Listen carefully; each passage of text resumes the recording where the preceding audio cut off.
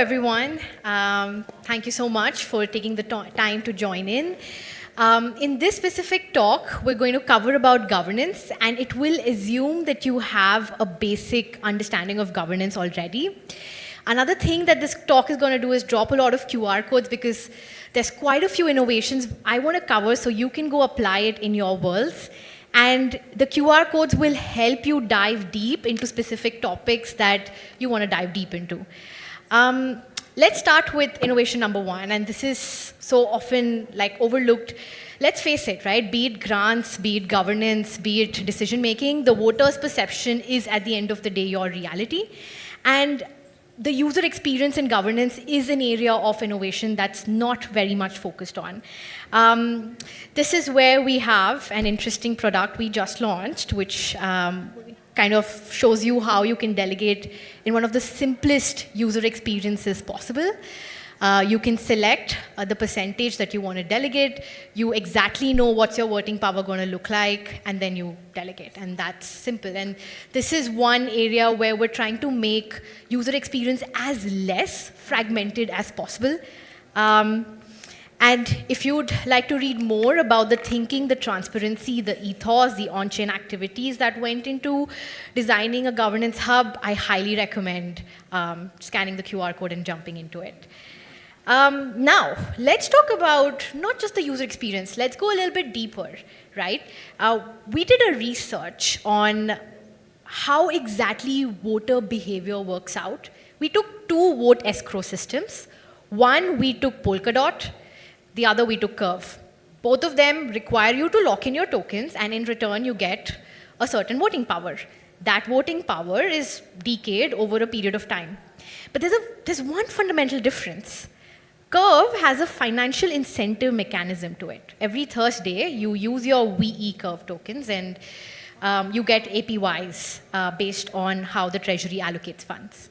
Polkadot not necessarily has financial incentives attached to it. Now, you will see some very interesting insights. So in Curve, 65% of Curve is logged as V-Curve. And out of the 65% that's logged, an average of 38% is used for voting. What do you think that number would look like for Polkadot, one that doesn't have financial incentives? Well, 54% is locked in multiple Polkadot lockers, and it's a shockingly low 0.11% that's used for voting. And you can see how financial incentives play out a huge role in possibly this disparity.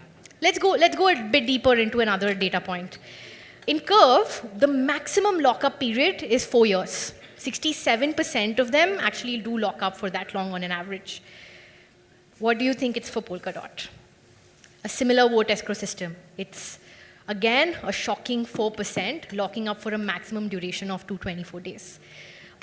What is the other sign you see is that this behavior, perhaps the underlying assumption is the financial incentives and how the whole incentive governance mechanism is playing out together.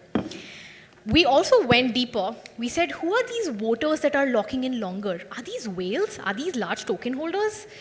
We found a very interesting insight both in Curve and Polkadot, where 93% of whales and 98% of sharks tend to lock up for 14 days or less. They tend to enjoy a sense of fluidity. They tend to enjoy a sense of flexibility with their lockup tokens. We saw shrimps, on the other hand, locking up much longer. And when you design your governance system, this is going to play a key role. Who are your token holders? What's their demographics? How are you going to design your lockups, and who's likely going to lock up for longer? It's going to play a pretty huge role in the way you design that. For more on the governance research paper, it's full of insights. You have that QR code. Feel free to scan it. This is one of my favorites. Good governance is obvious, but great governance is transparent.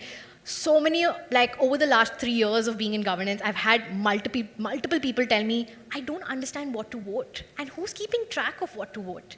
Well, we've introduced something called as transparency reports, where every multisig that's apparently taking decision is supposed to put out their rationale behind it. And so you can read a transparency report. It's designed for even non-technical folks to really understand what's happening, and exit the system if you choose that upgrade is not safe for you or one that you don't like. almost every governance team I work in, this is a mandatory introduction, and we made it very easy for folks to generate a transparency report. My time's up, but you can read more about transparency reports as well.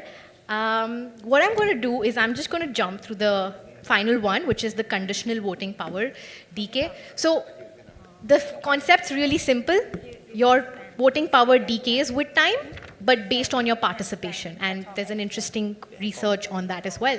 But yes, thank you so much, everyone, for taking the time, and I hope this helps.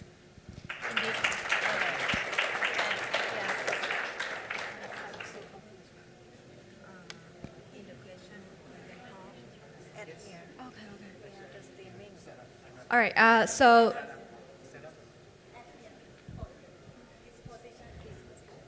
okay, so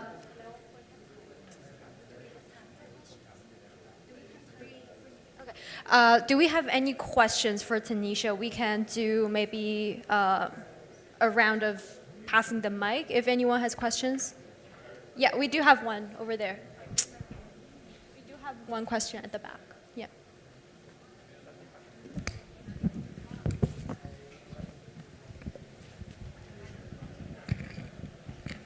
Hello. You mentioned the difference between Polkadot and Curve, and how Curve has like higher votes just because of the rewards or like incentives. What sort of incentives are at play in there, or what incentives you think might make sense for most DAOs? That's a great question. It depends on what the DAO focuses on. There isn't like a one-size-fit-all answer. So if it's like Curve or any DAO that's focusing on liquidity, having APYs for staking that's combined with governance, where you have like an underlying staking mechanism with vote escrow and giving APIs for that crypto economic guarantees, makes a lot of sense. But for DAOs that's not focusing on staking and focusing on engagement, having very interesting ways of distributing funds based on the level of engagement, like for a gaming DAO, makes a lot more sense than just vote escrow or staking. So it's really what the DAO is seeking at the end of the day. All right, thank you. And actually, Tanisha, here's a live question. What do you use to gather this data?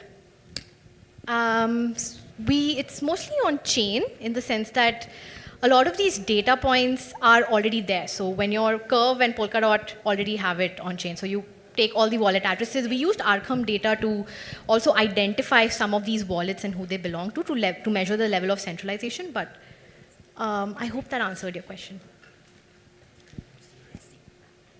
Hi, my question is more maybe on privacy and still managing engagement. Do you see valuable like using ZK for enhancing privacy in managing the proposal and still giving the confidence of user that will not be blackfired maybe for any exposure? Yeah, that's a great question. So maybe not in proposal creation. I think privacy is, in my opinion, best suited to delegations. So I was talking about this to somebody yesterday. Let's say that I delegate to you and I want to undelegate, right?